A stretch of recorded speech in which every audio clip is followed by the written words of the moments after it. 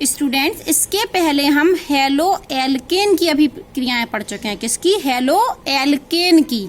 आज हम hello arene की अभिक्रियाएं पढ़ेंगे, हेलो एरीन की। ठीक है, दो अभिक्रियाएं हैं, नाभिक रागी प्रतिस्थापन और इलेक्ट्रॉन रागी प्रतिस्थापन। तो आज हम हेलो एरीन की नाभिक रागी प्रतिस्थापन अभिक्रिया पढ़ रहे हैं। लेकिन इसके पहले आप जानते हैं कि हेलो एल्केन नाभिक रागी प्रतिस्थापन अभिक्रिया देता था। क्या होता था? ये एक हेलो एल्केन है और न्यूक्लियोफाइल आया, नाभिक रागी आया और नाभिक रागी ने इसे एक्स समूह का प्रतिस्थापन कर दिया और एक्स की जगह खुद आके जुड़ गया। प्रतिस्थापन अभिक्रिया हो गई नाभिक रागी के द्वारा। तो ये अपशिष्ट समूह के रूप में निकल जाता था। ठीक है, तो हेलो एल्केन तो नाभिक रागी प्रतिस्थापन अभिक्रिया देती थी, हम पढ़ चुके हैं। क्या पढ़ चुके? हेलो एल्केन कमरे के तापमान पर नाभिक रागी मतलब ऐसे अभिक्रियाएं देती हैं। अब हमने देखिए यहाँ पर एक हेलो एरीन ले लिया, ये हेलो एल्केन था, इसने ये तो नाभिक रागी अभिक्रियाएं देता था, बहुत आसानी से देता था, हम पढ़ चुके हैं। अब हमने लिया हेलो एरीन, हमने कहा यहाँ पर भी न्यूक्लियोफाइल आया, तो न्यूक्लियोफाइल ने क्या किया? एक्स को हटाया और उसकी जगह आके जुड़ गया। तो ये भी एक क्या हुई? हमारी नाभिक रागी प्रतिस्थापन अभिक्रिया हुई।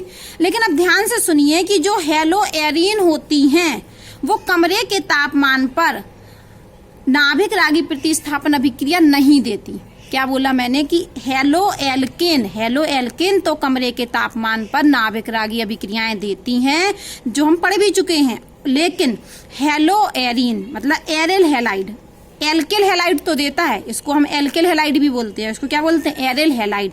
तो एल्किल हैलाइड मतलब हेलो एल्केन तो नाभिक रागी अभिक्रियाएं देता था, लेकिन हेलो एरीन दूसरा नाम क्या है? एरिल हैलाइड, कमरे के तापमान पर नाभिक रागी अभिक्रियाएं नहीं देता।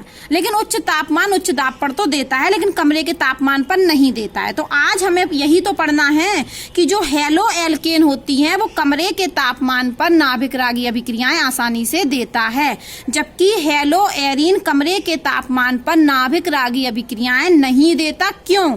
तो उनके ये 4 कारण दिए हैं। मतलब जो हेलो एरीन होती हैं वो नाभिक रागी प्रतिस्थापन के लिए कम क्रियाशील होती हैं, जबकि हेलो एल्केन तो बहुत क्रियाशील होती थी। तो ये 4 कारण दिए हैं उन्होंने कि इन कारण के वजह से जो हेलो एरीन होती हैं वो नाभिक रागी प्रतिस्थापन के प्रति कम क्रियाशील होती है, मतलब नॉर्मल क्रिटिकल कंडीशन में देती है, नॉर्मल में नहीं देती है। तो वापस सुन लीजिए कि हेलो एल्केन नाभिक रागी अभिक्रियाएं देती हैं आसानी से, जबकि हेलो एरीन नाभिक रागी अभिक्रियाएं आसानी से नहीं देती। मतलब ये जो एक्स ये वाला बंध नहीं टूटेगा, ये टूटेगा ही तो नहीं, तभी तो न्यूक्लियोफाइल नहीं जुड़ पाएगा। कब जुड़ेगा?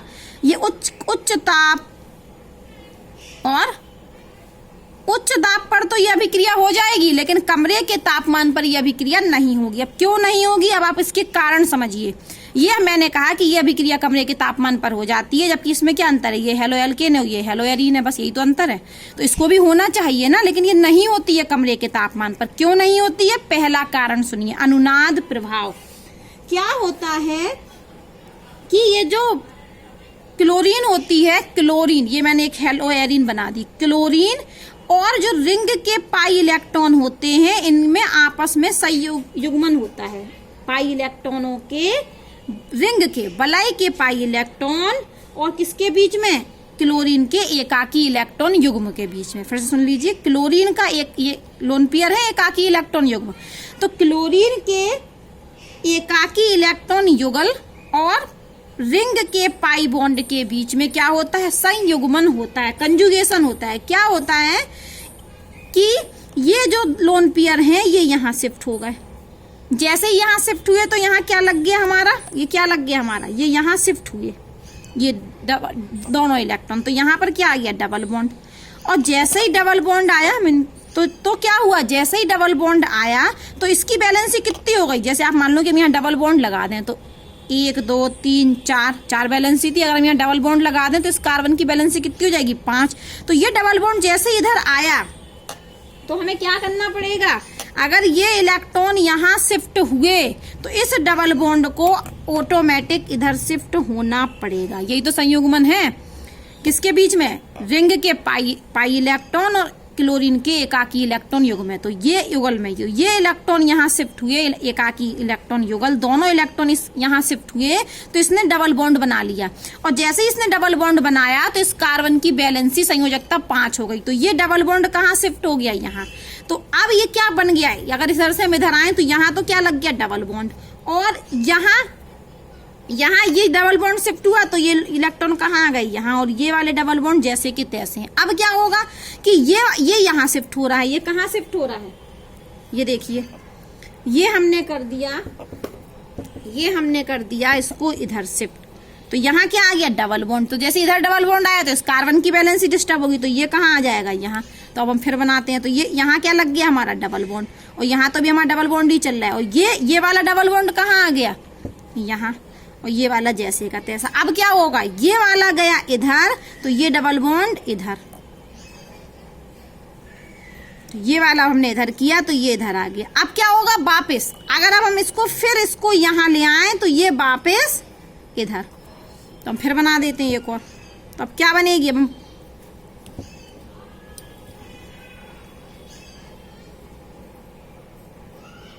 ये देखिए, ये डबल बॉन्ड इधर है, तो ये वाला एक इधर है, और ये वाले से कहाँ बन गया डबल बॉन्ड, यहाँ, और ये डबल बॉन्ड टूट गया और वापस यहाँ क्या हो गया, सिंगल बॉन्ड, और ये हमारे लोन पेयर जैसे के तैसे मिल गए। तो इनको क्या कहते हैं, अनुनाद संरचनाएं कहते हैं ना, ये अनुनाद संरचनाएं। तो आप क्या देख रहे हैं कि क्लोरीन के एकाकी इलेक्ट्रॉन युगल और पाई इलेक्ट्रॉन किसमें होते हैं, संयुग्मन में, कंजुगेशन में होते हैं, अनुनाद संरचनाएं बनाते हैं। और इन सभी अनुनाद संरचना में आप क्या देख रहे हैं कि यहाँ पर क्या है, डबल बॉन्ड, Cl और कार्बन के बीच में क्या है, डबल बॉन्ड। मतलब यहाँ हमें सिंगल बॉन्ड दिख रहा है, लेकिन ये होता सिंगल नहीं है, ये कैसा होता है, पार्शली डबल बॉन्ड होता है, आंशिक, पार्शली का मतलब आंशिक। ये कैसा बंध होता है, पार्शली डबल बॉन्ड होता है। अब ध्यान से सुनिए, हमने इस अनुनाद संरचना से क्या प्राप्त कर लिया कि ये सिंगल बॉन्ड नहीं होता है। हमने ये जानकारी प्राप्त की अनुनाद प्रभाव से। क्या जानकारी प्राप्त की अनुनाद प्रभाव से, कि यहाँ पर कार्बन और हैलोजन के मध्य सिंगल बॉन्ड नहीं होता, आंशिक डबल बॉन्ड होता है, पार्शली डबल बॉन्ड होता है। अब वापस आइए कि जो हैलो एल्केन होती है वहां तो सिंगल बॉन्ड होता है। ये कैसा बॉन्ड है हमारा, सिंगल बॉन्ड। तो हेलो एल्केन में तो सिंगल बॉन्ड होता है जिसे तोड़ना आसान होता है। तो न्यूक्लियोफाइल क्या करता है, इस एक्स को, इस बॉन्ड को आसानी से तोड़ देता है, इसलिए नाभिक रागी अभिक्रियाएं हेलो एल्केन आसानी से देती हैं। लेकिन हेलो एरीन में तो ये सिंगल बंध के द्वारा जुड़ी ही नहीं होती हैं। किसके द्वारा जुड़ी होती हैं, डबल बॉन्ड के द्वारा। तो डबल बॉन्ड को तोड़ना सिंगल बॉन्ड की तुलना में कठिन होता है, इसलिए यहाँ पर जब न्यूक्लियोफाइल आएगा नाभिक रागी तो इस डबल बॉन्ड को नहीं तोड़ पाएगा। इसलिए तो कमरे के तापमान पर नहीं होती हैं। डबल बॉन्ड को तोड़ने में अधिक ऊर्जा की आवश्यकता होगी, इसलिए उच्च ताप पर तो ये अभिक्रियाएं हो जाती हैं। तो पहला हमने बोला था कि हेलो एल्केन नाभिक रागी अभिक्रियाएं कमरे के तापमान पर देती हैं, जबकि हेलो एरीन कमरे के तापमान पर नाभिक रागी अभिक्रियाएं नहीं देती। क्यों नहीं देती, अनुनाद से हमें पता चला, अनुनाद प्रभाव के कारण यहाँ पर सिंगल बॉन्ड नहीं होता है, डबल बॉन्ड होता है। तो पहला कारण क्या है, सीधे सीधे बोलेंगे हम कि कार्बन और हैलोजन परमाणु के बीच में डबल बॉन्ड पाया जाता है, और इस डबल बॉन्ड की वजह से कमरे के तापमान पर नाभिक रागी अभिक्रियाएं नहीं देता। कौन, हेलो एरीन। ठीक है, अब दूसरा कारण सुनते हैं हम। दूसरा कारण, ये हमने एक हेलो एरीन बनाया और ये हमने एक हेलो एल्केन बनाया। ये हेलो एरीन और ये हेलो एल्केन। आप बताइए कि इस कार्बन पर कौन सा संकरण है। हम सिग्मा बॉन्ड गिन लें, एक सिग्मा, एक सिग्मा, एक सिग्मा, 3 सिग्मा मतलब sp2 संकृत। ये कार्बन कैसा है, sp2 संकृत है। यहाँ 1 सिग्मा, 2 सिग्मा, 3 सिग्मा, 4 सिग्मा। तो ये वाला कार्बन कैसा है, sp3 संकृत है। तो भाषा सुनिए, हेलो एल्केन में कार्बन sp3 संकृत होता है, हेलो एल्केन में कार्बन sp3 संकृत होता है, जबकि हेलो एरीन में कार्बन sp2 संकृत होता है। इतनी बात समझ में आ गया। तो यहाँ पर संकरण में अंतर है। तो अब यहाँ पर भी हम ये बताना चाह रहे हैं कि ये जो होता है वो नाभिक रागी अभिक्रियाएं देता है, जबकि ये नहीं देता। तो पहला कारण क्या था, क्योंकि यहाँ पर इसके बीच में सिंगल बॉन्ड है जबकि इनके बीच में डबल बॉन्ड है। कैसे पता चला, अनुनाद प्रभाव से। तो डबल बॉन्ड को तोड़ना कठिन है, इसलिए ये नाभिक रागी नहीं देता। अब दूसरा कारण हम सुन रहे हैं, ये वाला तो हमें पता चल गया डबल बॉन्ड की वजह से, लेकिन दूसरा कारण है कि ये वाला कार्बन कैसा होता है, sp2 संकृत, और ये वाला कार्बन sp3 संकृत। इसी वजह से sp2 संकृत होने की वजह से ये नाभिक रागी अभिक्रियाएं के प्रति कम क्रियाशील होता है, और यहाँ पर sp3 संकृत कार्बन की वजह से हेलो एल्केन नाभिक रागी के प्रति अधिक क्रियाशील होती हैं। अब हमने बोल तो दिया sp2 की वजह से कम क्रियाशील है, sp3 की वजह से अधिक क्रियाशील है। क्यों है ये भी समझो, थोड़ा सा यहाँ के समझते हैं। आप हमें ये बताइए कि sp संकरण में S का कैरेक्टर कितना होगा, S का लक्षण कितना होगा। मतलब sp में S कितना है 50% और p भी कितना है 50%। अगर हम कहें sp3 संकरण में S कितना है तो S कितना होगा 25%, और 3 हिस्सा किसका है, 4 भागों में बांटेंगे तो 1 हिस्सा किसको मिल रहा है S को, 3 हिस्सा किसको मिल रहा P को, तो 25% S का है लक्षण। और sp में तो 50% है, और sp2 में क्या कर रहा है हम 100% को 3 भागों में बांट रहे हैं ना, तो S को कितना मिलेगा 33%। तो यहाँ ये तो हमने लिखा कि sp2 में S का लक्षण 33% होता है, sp3 में S का लक्षण 25%, जबकि sp में S का लक्षण कितना होता है 50%। तो सब इन तीनों में सबसे ज्यादा S का लक्षण किस में है, sp में। तो एक नियम होता है कि जब S लक्षण ज्यादा होने पर इलेक्ट्रोनेगेटिविटी भी ज्यादा होती है। तो इन तीनों में किसकी इलेक्ट्रोनेगेटिविटी ज्यादा होगी, sp संकृत कार्बन की, क्योंकि sp में S का लक्षण 50% है, इसलिए इलेक्ट्रोनेगेटिविटी ज्यादा। यहाँ पर 33%, यहाँ पर 50%। तो हमें ये क्रम मिल गया। तो इस क्रम से हमने क्या नियम बनाया कि sp संकृत जो कार्बन होता है उसकी इलेक्ट्रोनेगेटिविटी ज्यादा होती है। कौन सा कार्बन, sp संकृत कार्बन की इलेक्ट्रोनेगेटिविटी ज्यादा होती है, और sp2 संकृत कार्बन की sp से कम और sp3 की सबसे कम। तो यही नियम हम यहाँ लगाते हैं। तो इस कार्बन की, किस कार्बन की, इस कार्बन की, ये जो कार्बन है इसकी इलेक्ट्रोनेगेटिविटी क्या है, कम है।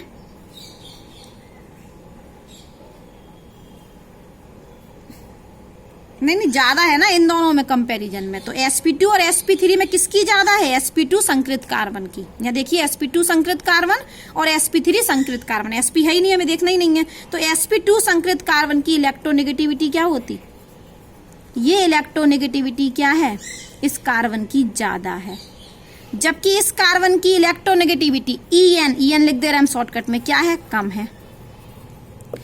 अब आप ये बताइए कि इसकी इलेक्ट्रोनेगेटिविटी ज्यादा है इस कार्बन की, और इस कार्बन की तो कम है। तो ये क्या करेगा, ये वाले जो बॉन्ड के इलेक्ट्रॉन है, तो हेलोजन की इलेक्ट्रोनेगेटिविटी बहुत ज्यादा होती है, इसलिए इस बॉन्ड के इलेक्ट्रॉनों को हेलोजन खींच लेगा, और इस पर क्या आ जाएगा, पॉजिटिव चार्ज आ जाएगा। ठीक है, लेकिन यहाँ भी क्या होगा, इस कार्बन और इस हेलोजन में है तो हेलोजन की ज्यादा इलेक्ट्रोनेगेटिविटी, लेकिन इस कार्बन में sp2 संकरण होने की वजह से इस कार्बन की इलेक्ट्रोनेगेटिविटी थोड़ी ज्यादा है। क्या है, थोड़ी ज्यादा है। तो बंद के इलेक्ट्रॉन को X खींचेगा तो, लेकिन ये उतनी आसानी से खींचने नहीं देगा, क्योंकि ये कार्बन क्या करेगा, भैया दोनों की सामर्थ्य, इसकी भी इलेक्ट्रोनेगेटिविटी ज्यादा है, इसकी भी ज्यादा है, तो ये इलेक्ट्रॉनों को अपनी तरफ हेलोजन नहीं खींच पाएगा। अर्थात, लेकिन हाँ खींच तो लेगा। क्यों खींच लेगा, क्योंकि हेलोजन की कार्बन से तो ज्यादा होती है, लेकिन इस कार्बन और इस कार्बन की यदि हम तुलना करें तो इस कार्बन की इलेक्ट्रोनेगेटिविटी बहुत कम है, इसकी ज्यादा है।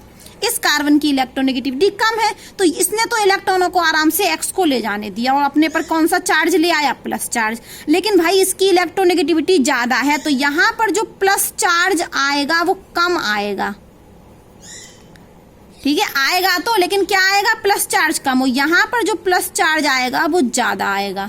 और आप जानते हैं कि न्यूक्लियोफाइल क्या होता है, इलेक्ट्रॉन धनी होता है। क्या होता है, इलेक्ट्रॉन धनी। और कहाँ अटैक करता था, जहां पर इलेक्ट्रॉन की कमी होती थी। कहाँ अटैक करता था, जहां इलेक्ट्रॉन की कमी होती थी, मतलब प्लस चार्ज पर अटैक करता था। तो यहाँ पर तो प्लस चार्ज अच्छे से आ गया, क्योंकि इस कार्बन की इलेक्ट्रोनेगेटिविटी कम थी, तो यहाँ पर तो न्यूक्लियोफाइल आराम से अटैक करेगा। लेकिन इस कार्बन पर प्लस चार्ज क्या आया, कम आया। क्यों, क्योंकि इस कार्बन की इलेक्ट्रोनेगेटिविटी ज्यादा है sp2 संकरण की वजह से। तो इस कार्बन पर प्लस चार्ज कम आया, जिससे न्यूक्लियोफाइल यहाँ अटैक नहीं कर पाएगा। तो दूसरा रीजन है कि हेलो एल्केन में जो कार्बन होता है उस पर प्लस चार्ज ज्यादा होता है। क्यों ज्यादा होता है, क्योंकि वो कार्बन कैसा होता है, sp3 संकृत कार्बन होता है और उस कार्बन की इलेक्ट्रोनेगेटिविटी कम होती है, इसलिए उस पर चार्ज ज्यादा आता है और न्यूक्लियोफाइल आसानी से आक्रमण कर सकता है।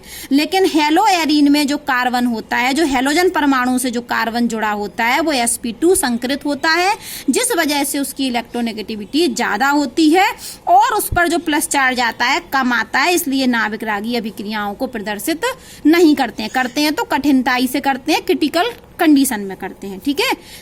तीसरा, ये जो आपको याद होगा कि SN1 अभिक्रिया में क्या बनता था, कार्बोकैटायन, याद है आपको, कार्बोकैटायन बनते थे। तो हमने ये किया हेलो एल वो ले लिया, एल क्या कहते हैं, हेलो एरीन ले लिया और हेलो एरीन का हमने कार्बोकैटायन बनाया। मान के चलो हमने यहाँ पर ले लिया CH3Cl, तो इसका कार्बोकैटायन क्या बनेगा, CH3 प्लस और Cl माइनस, ये कार्बोकैटायन बनेगा। अब मान लिया हमने ले लिया यहाँ पर C6H5Cl, ये हमारी हेलो एरीन है, तो यहाँ कार्बोकैटायन क्या बनेगा, C6H5 प्लस और Cl माइनस, तो ये होता है फेनिल धनायन। ये हमने बनाया जो C6H5 प्लस, यही तो है ये, तो क्या लिख सकते, C6H5 प्लस। ठीक है। तो ये जो फेनिल धनायन होता है ये इलेक्ट्रॉन धनी होता है, नहीं इलेक्ट्रॉन धनी नहीं, अभी ये जो हमने कार्बोकैटायन बनाया किससे, इधर से हेलो एरीन से, तो ये कार्बोकैटायन अस्थायी होता है। ये कैसा कार्बोकैटायन होता है, ये फेनिल धनायन इसका नाम है कार्बोकैटायन, और ये कैसा होता है, स्थायी नहीं होता है। तो SN1 में, तो SN1 जब अभिक्रिया होती है तो SN1 अभिक्रिया में क्या बनता है, कार्बोकैटायन बनता है। और यहाँ जब हेलो एरीन हम लेंगे, क्या लेंगे, हेलो एरीन, देखो यदि हमने हेलो एल्केन लिया तो हमारा कार्बोकैटायन स्थायी बन रहा है, ये स्थायी होता है। लेकिन यदि हम हेलो एरीन ले रहे हैं तो ये कार्बोकैटायन स्थायी नहीं होता, ये फेनिल धनायन ये स्थायी नहीं होता। तो SN1 में तो कार्बोकैटायन बनता ही बनता है, तो ये बनेगा ही बनेगा। जब ये स्थायी नहीं होता, इसका मतलब है कि SN1 क्रियाविधि की संभावना ही समाप्त हो जाती है। फिर से सुन लीजिए कि SN1 अभिक्रियाओं में कार्बोकैटायन बनता है, और जब हम हेलो एरीन का कार्बोकैटायन बनाएंगे तो वो कैसा होता है, अस्थायी होता है। तो अस्थायी तो कोई बनाएगा नहीं, तो SN1 क्रियाविधि की संभावना ही समाप्त हो जाती है। लेकिन हाँ SN2 हो सकती है, लेकिन कहाँ, विशिष्ट परिस्थिति में। तो ये तीसरा कारण है। पहला कारण क्या था कि अनुनाद प्रभाव की वजह से हमें पता चला कि यहाँ पर डबल बॉन्ड होता है। तो हेलो एरीन में डबल बॉन्ड होता है पार्सली, जिसको तोड़ना कठिन होता है, इसलिए नाभिक रागी अभिक्रियाएं नहीं देता इस डबल बॉन्ड की वजह से, जबकि यहाँ क्या होता, सिंगल बॉन्ड।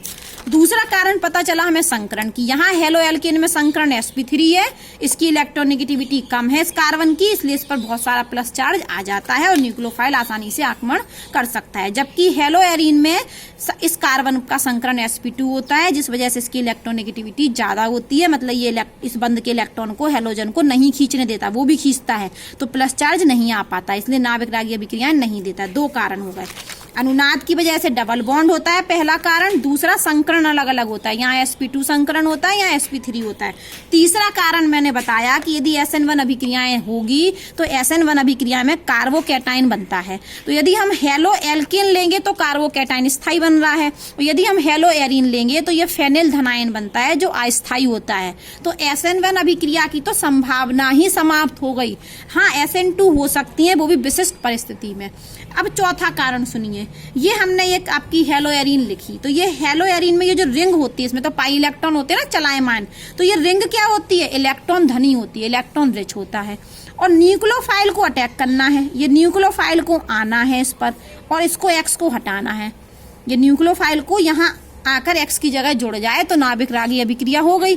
तो ये भी धनी इलेक्ट्रॉन रिच है और न्यूक्लियोफाइल भी इलेक्ट्रॉन रिच होता है, मतलब इलेक्ट्रॉन धनी, तो दोनों ही ये भी इलेक्ट्रॉन धनी, ये भी इलेक्ट्रॉन धनी, तो दोनों पर ही क्या है, माइनस चार्ज, इस पर भी माइनस चार्ज, इस पर भी माइनस चार्ज, तो क्या होगा, रिपल्सन, प्रतिकर्षण होगा, जिस वजह से न्यूक्लियोफाइल यहाँ आक्रमण अटैक नहीं करता है, अर्थात हेलो एरीन नाभिक रागी अभिक्रियाएं प्रदर्शित नहीं करती हैं विशिष्ट परिस्थिति में। तो यहाँ क्वेश्चन था कि हेलो एल्केन तो नाभिक रागी अभिक्रियाएं कमरे के तापमान पर देती हैं, लेकिन जो हेलो एरीन होती हैं वो नाभिक रागी अभिक्रियाएं कमरे के तापमान पर नहीं देती हैं, 4 कारणों की वजह से, लेकिन हाँ विशिष्ट परिस्थिति में देती हैं। तो 4 कारण मैंने समझा दिया, विशिष्ट परिस्थिति अपन थोड़ा सा देखते हैं हम लोग, अब देखते हैं। तो यहाँ पर विशिष्ट परिस्थिति में मैंने एक अभिक्रिया लिखी कि ये किताब से ही बता देते हैं। ये देखिए यहाँ पर एक ये क्या लिया हमने, हेलो एरिन लिया और देखिए ये NaOH लिया, तो NaOH से हमें क्या मिलेगा, ये OH माइनस मिलेगा, नाभिक रागी। Na प्लस और OH में टूटेगा NaOH, तो ये नाभिक रागी हमें मिल गया। और ये OH ने क्या किया, यहाँ जाकर इस कार्बोकैटायन पर आक्रमण किया और Cl को लीविंग ग्रुप के रूप में बाहर निकाल दिया और Cl की जगह खुद वहां आके जुड़ गया, प्रतिस्थापन अभिक्रिया कर दी। लेकिन ये अगर हम इसको 623 केल्विन ताप और 300 एटमॉस्फेयर दाब नहीं दें तो यह अभिक्रिया नहीं होगी। विशिष्ट परिस्थिति, अगर इसको हटा लें तो यह अभिक्रिया कमरे के तापमान पर नहीं होगी। मैंने पहले ही बोला है कि कमरे के तापमान पर नहीं होगी, लेकिन विशिष्ट परिस्थितियों में होंगी। तो ये अभिक्रिया संपन्न होगी विशिष्ट परिस्थिति में, उच्च ताप और उच्च दाब पर। ठीक है, यहाँ पर फिर देखिए अब क्या हुआ कि यहाँ तो तापमान हम 623 ले रहे थे, कितना ले रहे थे तापमान, 623। लेकिन यदि हेलो एरिन में एक NO2 ग्रुप जुड़ गया पैरा कंडीशन में, ये ऑर्थो होता है, ये मेटा, ये पैरा, तो तापमान कितना लेना पड़ा, 443। कितना लेना पड़ा, 443। अभी हमारी ये अभिक्रिया थी तो हम तापमान कितना ले रहे थे,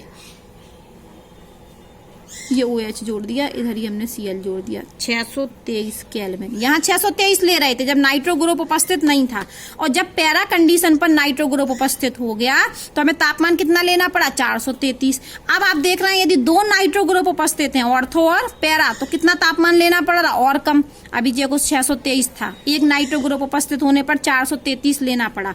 यदि दो नाइट्रो ग्रुप उपस्थित हो गए ऑर्थो और पैरा कंडीशन पे तो 368 लेना पड़ रहा केल्विन। और यदि 3 हो गए, ऑर्थो पैरा ऑर्थो, ये तीन नाइट्रो ग्रुप उपस्थित हो गए, तो हमें केवल गर्म ही करने पर यह अभिक्रिया संपन्न हो रही है। तो हमें क्या समझ में आया कि जैसे जैसे NO2 ग्रुप समूह जुड़ रहा है तो अभिक्रिया जो हो रही है कम तापमान चाहिए पड़ रहा है, हमें कम तापमान चाहिए पड़ रहा है। कम तापमान का अर्थ है कि NO2 ग्रुप जुड़ने से हेलो एरिन की अभिक्रियाशीलता बढ़ रही है। क्या समझ में आया कि NO2 ग्रुप जुड़ने से, NO2 समूह जुड़ने से हेलो एरिन की अभिक्रियाशीलता बढ़ रही है, किसके प्रति, नाभिक रागी प्रतिस्थापन के लिए। नाइट्रो ग्रुप उपस्थित होने पर हेलो एरिन नाभिक रागी प्रतिस्थापन के प्रति उसकी क्रियाशीलता बढ़ रही है, क्योंकि तापमान हमें क्या चाहिए पड़ रहा है, कम। अब ऐसा क्यों होता है, इस कारण को हम जानेंगे नेक्स्ट वीडियो में।